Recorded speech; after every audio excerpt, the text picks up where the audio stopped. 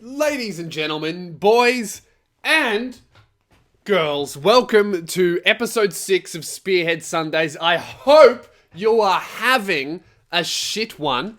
And I apologize because this is not out on Sunday. Fuck, that's 2 weeks in a row we were a day late. Really sorry about that, guys.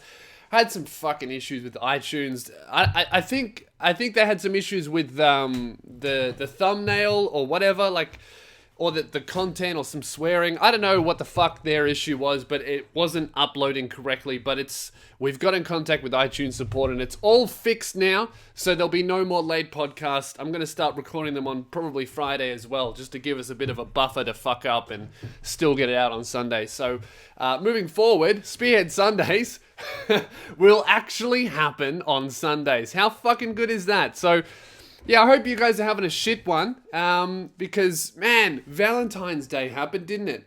Fucking Valentine's Day. How shit is that holiday for everybody who doesn't have a girlfriend? I have a girlfriend. I had a pretty fucking great Valentine's Day, actually. We decided not really to get anything for each other. Right, we just decided to make a mutual purchase that we will both enjoy. We went to EB Games and got Diablo 3. So we're going to play that shit. It looks like a lot of fun, man. Diablo 3, it looks like a real proper 2-player co-op game. I'm very excited to play it with her. Problem is, fucking, I can't play it by myself. I'm looking at the game now. It's still in the fucking plastic. Like in here, it's still in the plastic. I'm just like, I could totally just play it by myself while she's at work. That'd be great. Yeah, because Valentine's Day, it's an expensive fucking holiday, isn't it? Like, they want you to spend a lot of money. I remember I was walking in the city to pick Jazz up from work, and it was the day before Valentine's Day, and there was this guy on the street selling roses the day before Valentine's Day for $5. I'm like, wow, that's so cheap. I've never seen roses. And they're really nice, like Valentine's Day roses for $5. Then, the next day, I was in the city to pick her up from work again. The same dude was in the same place with the same roses, but it was on Valentine's Day, and they were $15 fucking dollars. What a genius that guy is. He got all the cheap cunts who don't want to pay $15 for roses, so they paid $5. And then he got all of the dumb cunts who didn't buy the $5 roses, like me, and charged them $15 out the ass because they were late. That's great. What a great business model, ripping cunts off on Valentine's Day. There's a whole market in that shit now, isn't there, guys? But I saw Deadpool. Man, I'm not gonna spoil it. Don't worry, I'm not gonna fucking spoil the end of the movie. But fucking Deadpool was probably it's the best movie I've ever seen in my fucking life.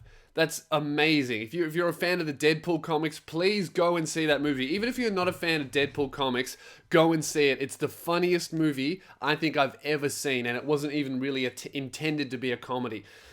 It was amazing. Like, the whole audience, everybody in the cinema was laughing again and again throughout the entire movie. I've never heard that in a cinema, even when I go and see a comedy. Because when you see a comedy and the trailer looks fucking so funny, but then you see the movie and you understand that's the only funny parts were in the trailer, and you don't laugh at them because you've seen them before.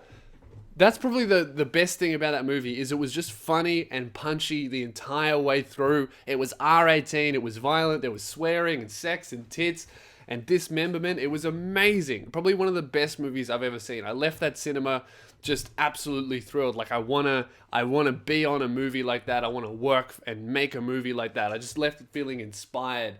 And everybody clearly really, really enjoyed it. I've never heard a cinema full of people laugh like that consistently throughout a movie. It was like I was at a stand-up comedian's show, like a good stand-up comic show. People were just laughing and laughing. It's probably the best movie I've ever fucking seen in my life, and I'm so happy I'm seeing it. I'm gonna go see it again, because why the fuck not? I think the best thing about not having a job that you have to do is just seeing movies whenever the fuck you want. Like, you can just be like, it's fucking 3 p.m. on a Wednesday. I'm going to see a fucking movie. And you can just go and see it. No, the best thing is about having lunch whenever you want and taking as long as you need to eat your food. Because the last job I had, I worked at Village Cinemas and they had a 10-minute fucking lunch break. 10 minutes.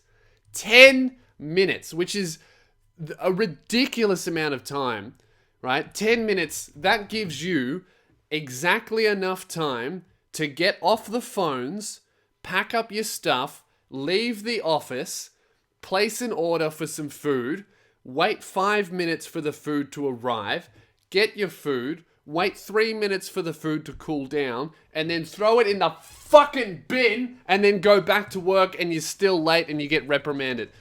So that's I don't know, 10-minute breaks. I don't understand that shit. I thought 15 minutes was, you had to give employees 15 minutes. I thought that was like a legal requirement, but I guess not. It was a bit like fucking slave labor there. But man, after the Deadpool movie, because Valentine's Day, that was Sunday night, and we were at South Yarra on Chapel Street in Victoria.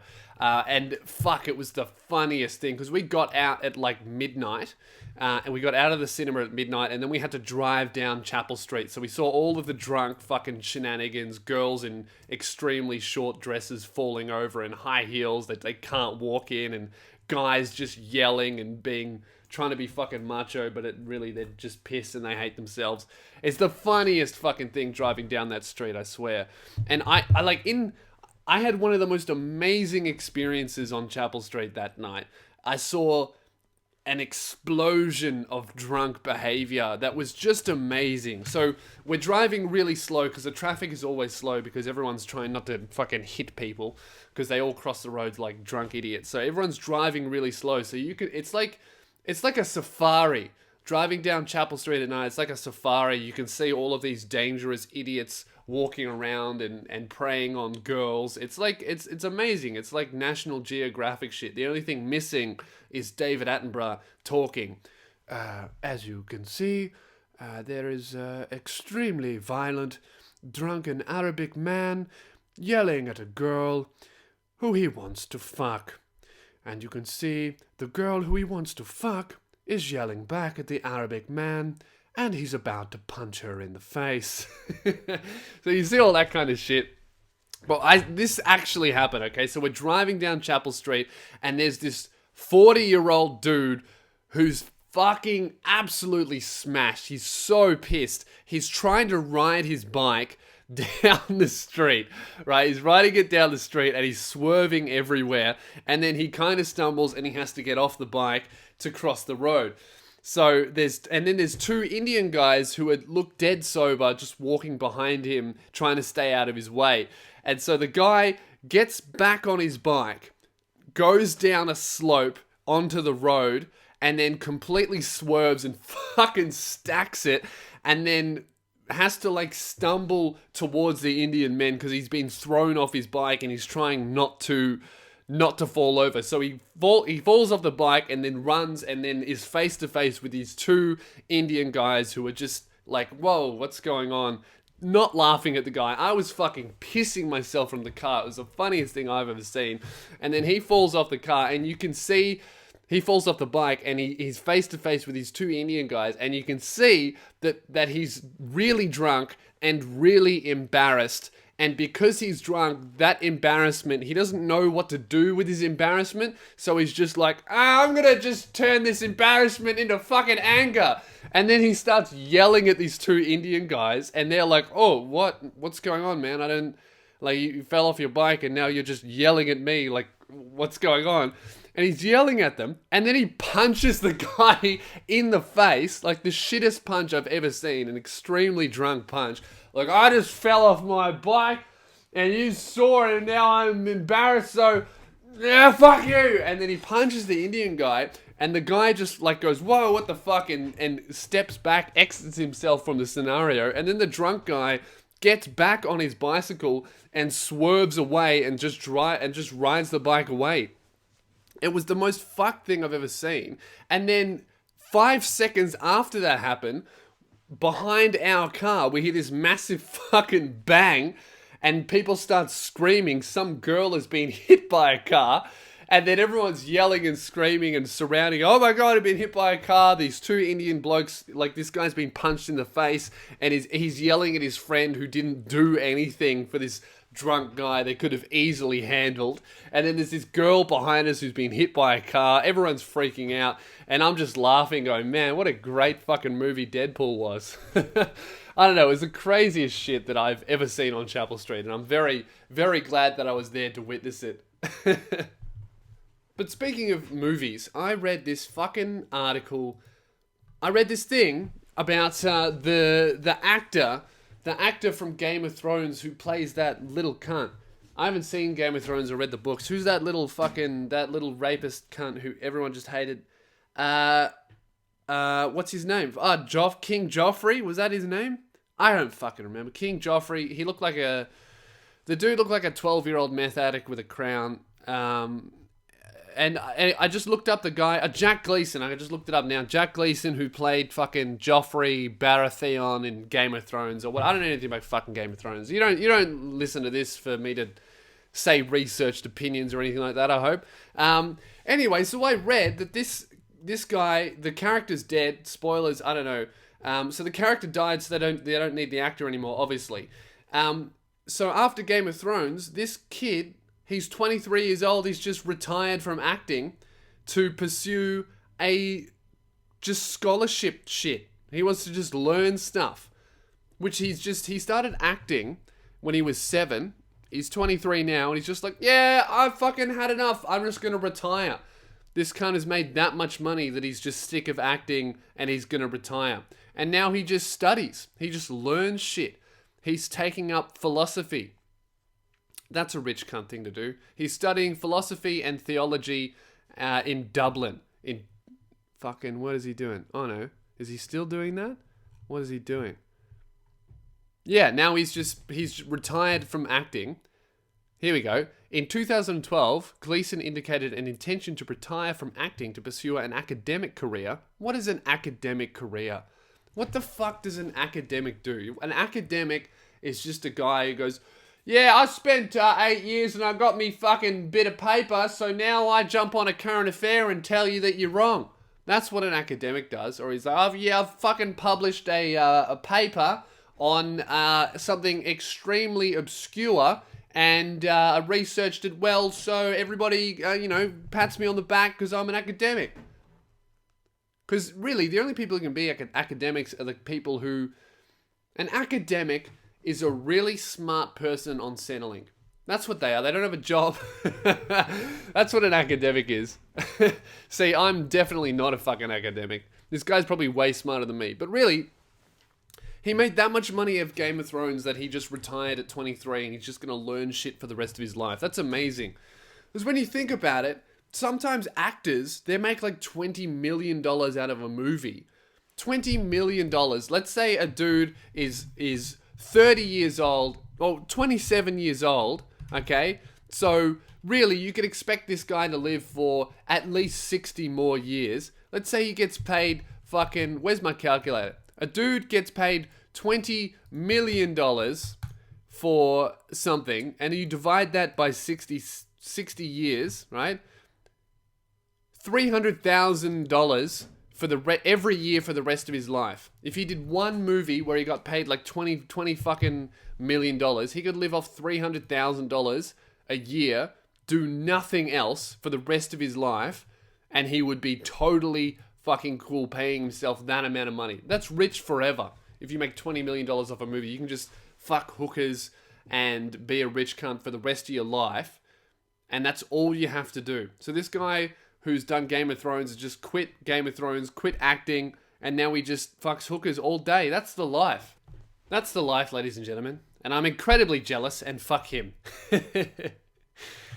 Yeah, I don't know. I think, I don't know, what would you do with that amount of money? If you had $20 million, you'd find it hard not to quit. Like, you have that amount of money, you can pay yourself 300 grand a year. $300,000 is so much money. What would you even spend that on in a year? $300,000. You can pretty much buy anything. Nothing's really out of reach with $300,000 a year. You could save up for anything. Anything you want to buy, you could pretty much buy with 300 grand. I don't know what you would do with it. Like all you see all those actors. No wonder they have those. No wonder they buy ridiculous shit. Like Tom Cruise gets paid fucking $15 million for a movie, and he does 4 movies a year.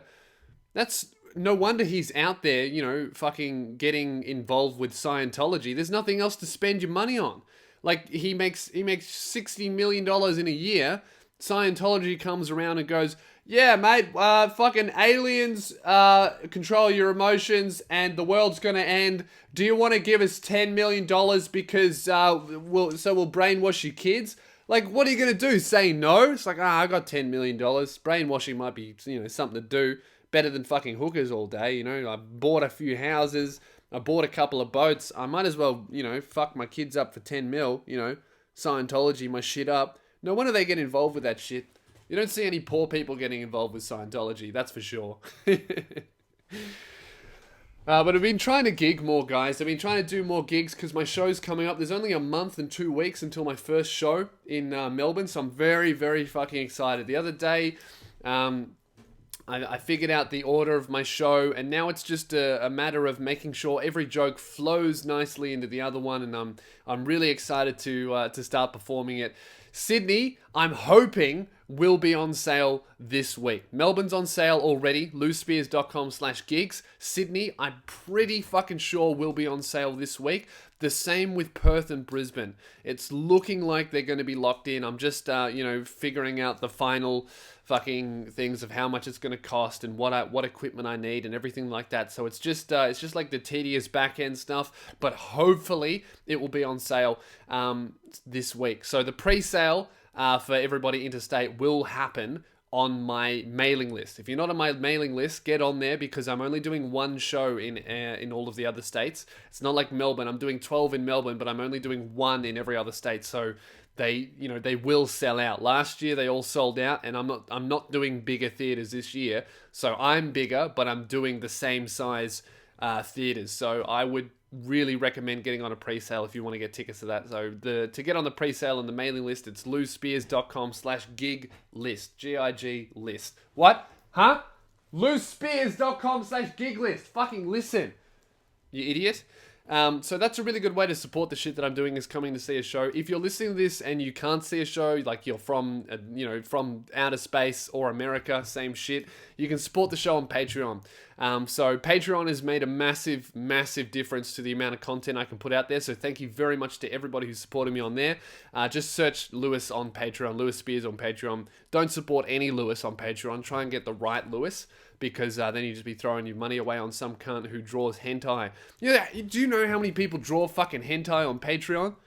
There's literally some of the highest earners on Patreon just draw chicks with dicks fucking dragons. It's the craziest shit.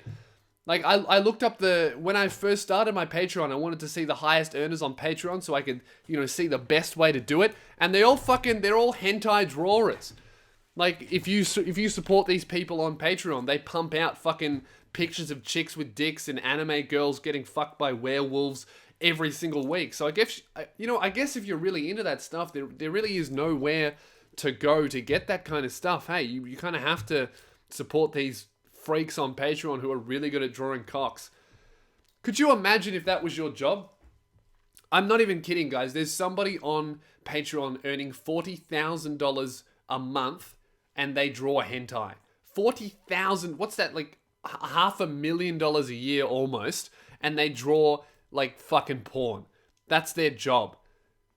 Like, imagine walking into a nightclub and you're decked out and you've got fucking gold chains on, you're wearing a Rolex, you've got a bag full of cocaine, surrounded by women, and some guy goes, wow, man, you're so successful. What's the key to your success? And then he just pulls out a notepad and draws like a girl with a huge cock shooting a load over a village full of goblins. And he'd be like, that's what I do. That's how you do it, man. Just get really good at drawing cocks. That's how I made my fortune. Cocks on the page, mate. I read my favorite article. I love homophobic people. I don't like homophobia, but homophobic people, I love them. They're so funny to me, man. They're so fucking hilarious. Let me find this article. I'm just going to pause this for a second. I need to find this article that I read of my favorite homophobic politician at the moment. Let me find it. Okay, see, that took me fucking half an hour, but through the magic of the internet and editing, it only took, half a second for you guys, but that took me half an hour. Okay, I read this. This happened this week, okay? Here's the headline. National MP Andrew Broad under fire after likening same-sex relations to rams in a paddock. So this guy's part of the Nationals Party, Nationals Australia. I don't know. Anybody who's like, yeah, I really fucking like Australia, they're probably homophobic. So good on him. Here we go. What did he say? It was fucking really funny. Okay. After defending the federal government's plan to put the same-sex marriage issue to a plebiscite. What's a plebiscite? I don't understand what a plebiscite. Now I gotta fucking Google that. Man, I'm so dumb. I don't know anything. Plebiscite. People always ask me to comment on fucking Australian politics, but I don't know anything about it. Okay, plebiscite. Oh, okay, so it's just people, normal people to vote on it. Plebiscite's a really cool thing. What an insulting word. Just get the fucking plebs to vote on that shit, eh? I don't want fags to marry. Let's ask a whole bunch of homophobic fucking people to vote on it, and then we'll see if fags can get married, eh? Alright, so, here we go. Member for Maley Andrew Broad made an analogy in an interview with a local paper, Sunraysia Daily, published in last Saturday's Feb 6 edition. Alright, so this is what the guy said. This is what... I think a bicycle is not a tricycle and relationships can have different names. I can put the rams in a paddock and they might mount one another, but no lambs will come out. That's why say that, man? Why don't you just say, I hate faggots, I don't want them to get married. Why don't you just say that? Instead of saying, I think a bicycle is not a tricycle. What the fuck does that even mean? That's the most confusing homophobic statement I've ever heard in my life. Why can't you just be upfront about it and say you don't like fags? Why can't you just say, when gay people put their dicks in each other, I just don't like it? Why don't you just say that, man? You probably feel a lot better instead of saying, I can put rams in a paddock and they might mount one another, but no lambs will come out. Yeah, obviously not, bro. That's basic biology. When two dudes fuck each other, they don't make babies. Good on you. But what does that have to do with letting them marry each other? Just say, I don't like gays, so I don't like gay marriage. That'd be so much easier. You wouldn't have to dance around it, and then we would know what kind of person you are. Why can't politicians just be more upfront? This is why I like Donald Trump, man. Like, I don't necessarily agree with all of the shit that Donald Trump is saying. I don't really know all of the shit that Donald Trump is saying, or any of the other American politicians for that fact. But I like how he says it. At least he's upfront. He goes up there for a rally. He gets on his podium and he goes, attention everybody. I am a fucking psycho. I am insane. I am fucked in the brain. And I am a fucking psycho. And then, if everybody goes, you know what? He's a fucking psycho. I like psychos. I'm going to vote for a psycho. And then he goes into parliament and he's like, I am a fucking psycho. At least you got what you wanted. You know what? You got exactly what you voted for. You get all these other politicians who just, say weird shit. They just pretty much hide who they are. You vote for them. And then they get in parliament and they go, ha! Joke's on you, tricked you cunts, I'm actually a psycho. That's not what I voted for. You feel ripped off. At least Donald Trump goes out there and says, I'm Donald Trump, this is what I believe, and if you don't like it, fuck you, because I'm very rich and I pay for all my own shit. I think that's great. Good on Donald Trump for at least being true to himself, so that people can look at him and decide whether or not they like him, and then fucking vote accordingly. All these other politicians go out there and they just pretend to be somebody they're not, or just appeal to the masses. At least old Donald Trump is going out there and going, hey, I'm fucked in the head. You should vote for me. So that everybody else who's fucked in the head can vote for him without fear of like, imagine if Donald Trump, right, he after doing everything that he's been doing, went into the office, right? He got voted in as president of the United States, and all of a sudden he started being really nice. Like he was just really nice. He really cared about poor people and immigrants. You'd feel ripped off, right? You'd be like, I think even the people who hated Donald Trump would be like, I thought he was going to be a racist. What's going on? All of the people who voted for him would be like, what? I thought he was going to be a racist. What's going on? Why is he being all nice? You'd feel ripped off. So at least old Donald Trump is being upfront about it. So look, if there's any advice I can give to this politician, is if you're homophobic, just say you hate fags. It'd be so much better, man. It'd be less confusing for all of us. Instead of saying, I don't think a bicycle is a tricycle. What does that mean? Just say, I don't like when gay people are gay. So that's it. Like, that's all you got to say, man. All right, guys, let's get on to the questions for this week. Let's get on to the questions. So if you want to email a question for me to answer, if you need advice about relationships or your life or anything that you think I could answer in an entertaining way, shoot an email to contact@louispears.com. That's contact@louispears.com. Are you listening? You fucking moron. What do you mean you're not listening? I said contact. You're going to send it? Write it down. Contact@louispears.com. That's right.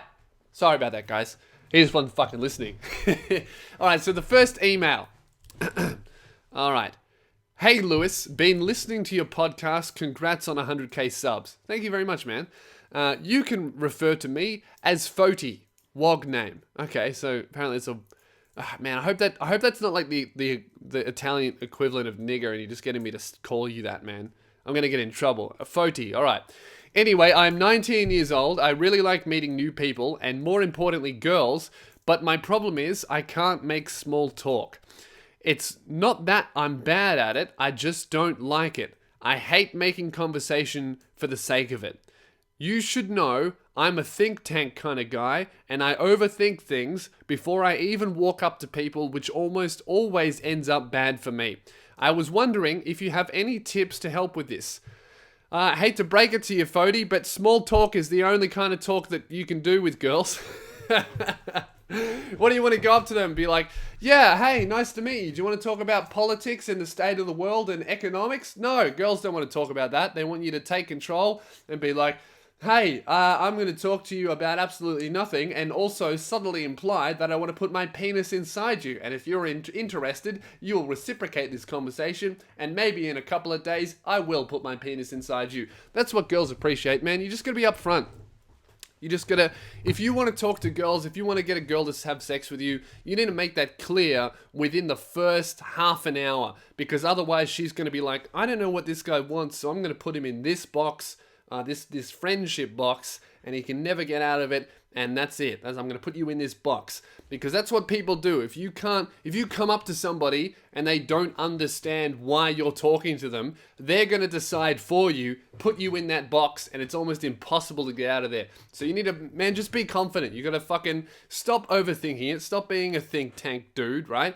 Don't go up there. Don't plan it. Is what I'm trying to say, is don't look at a girl and fucking think for half an hour about what she might be interested in and what she might like to speak about. Just go up there and say, hey, my name's Foti, I like your tits, and let's fuck. Maybe don't do that, but just be upfront, man. You got to be confident. You can't overthink shit because then you come across as somebody who's just not confident. Girls can pick up on that shit within the first 5 seconds. Girls decide whether or not they want to fuck you within 30 seconds, right? It's not whether or not, it's like whether or not they're going to give you the chance.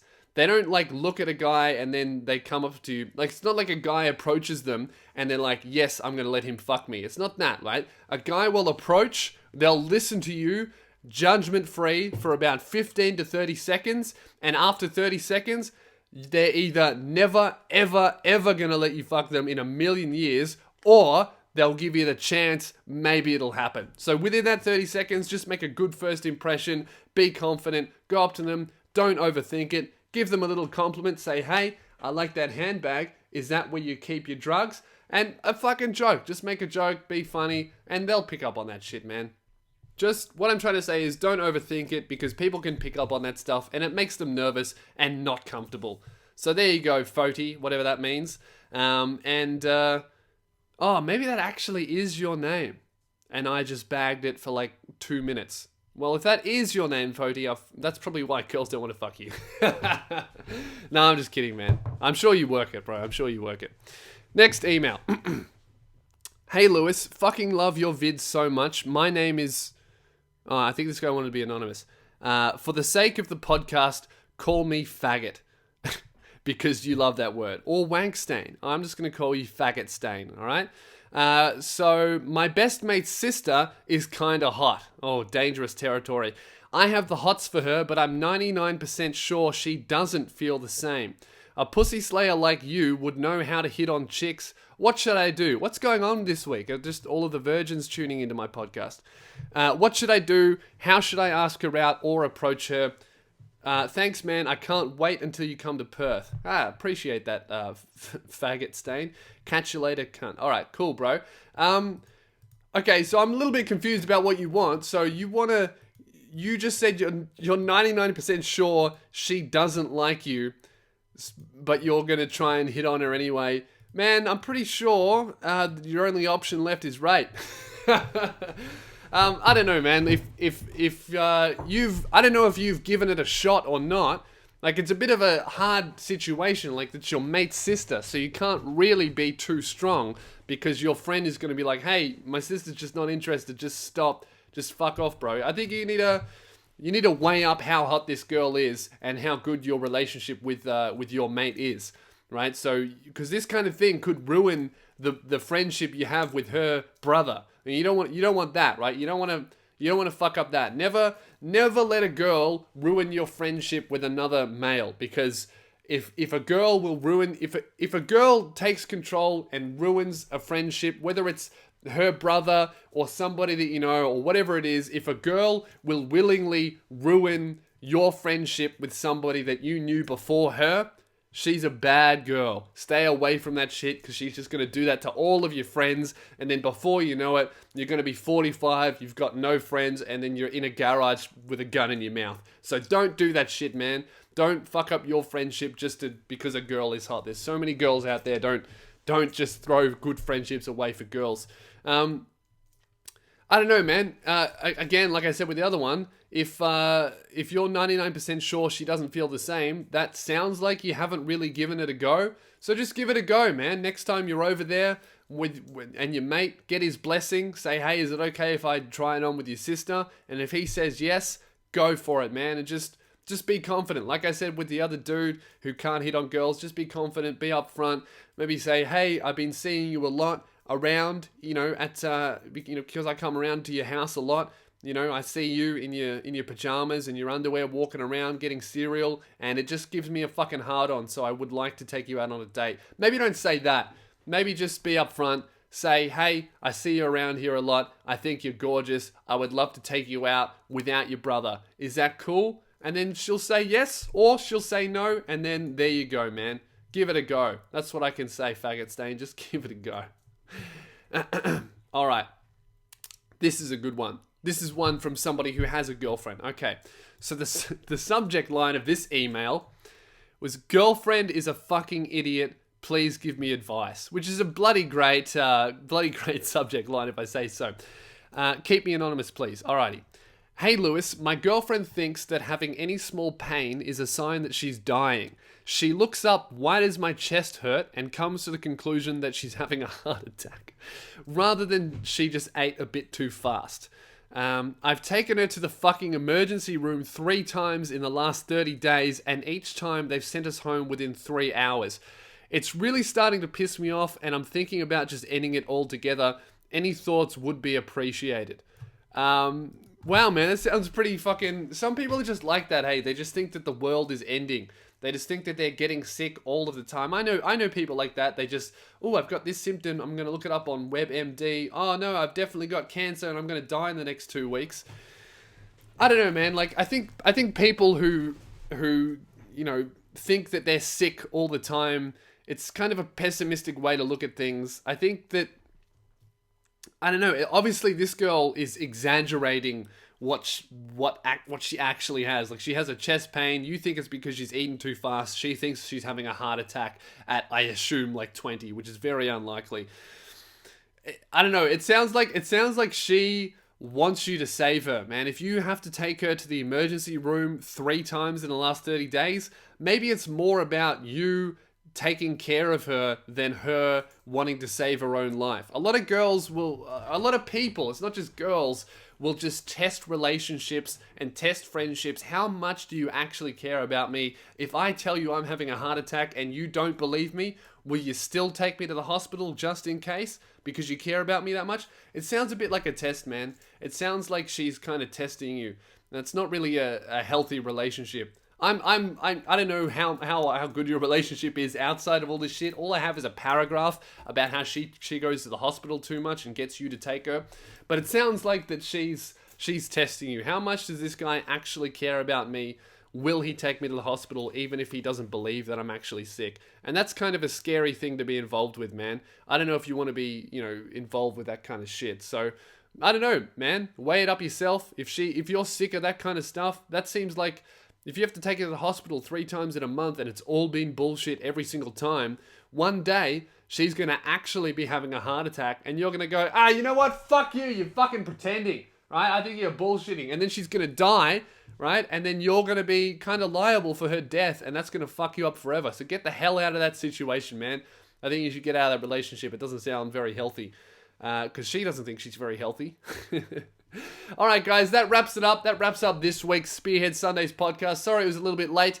From now on, every single podcast will be out at Sunday around 12 in the afternoon. Also, I'm putting them on the website. Let me know if the website, on my website, loosespears.com/podcast, let me know if you guys like that because I want to make sure that it's good for you guys. So, yeah, thank you very much for supporting me on Patreon. Thank you very much for listening. Thank you very much for coming to a show. I hope you're having a shit one, and I'll speak to you next week.